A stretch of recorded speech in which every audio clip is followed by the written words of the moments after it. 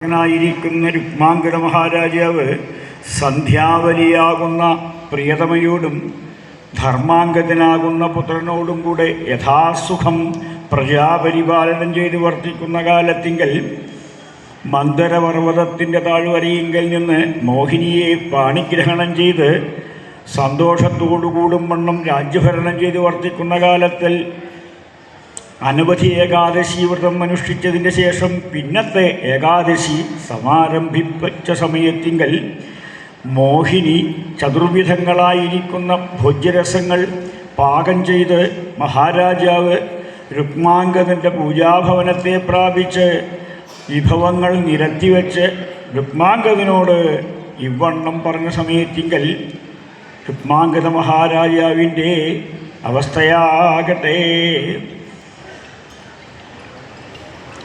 വിഷ്ണോരസ്യാം തിഥാവതിഥാവപി സ്വഗൃഹമനുഗൃഹാനേ നാന്യേന സൽകൃതിരിഷ്യതേ കഠിനഹൃദയേ കാവാവാർത്ത മദഷ്ടിവിധാവിധസ്ത്വപരമഖിലം ദാസ്യാമീതി സ്ഫുടം നൃപരോഭ്യതാൽ.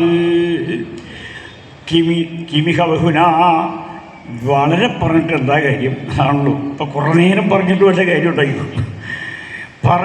പറയേണ്ട സമയത്ത് പറയേണ്ടവരോട് പറയേണ്ടത് മാത്രം പറയുമ്പോൾ ഉണ്ടാവുന്ന അനുഭവവും കുറേ പറയാൻ വയ്യാതെ കൊണ്ട് പറയിപ്പിക്കാനായിക്കൊണ്ട് പറഞ്ഞു കഴിഞ്ഞാൽ കുറേ പറഞ്ഞിട്ട് വല്ല കാര്യം ഉണ്ടോന്നാണെങ്കിൽ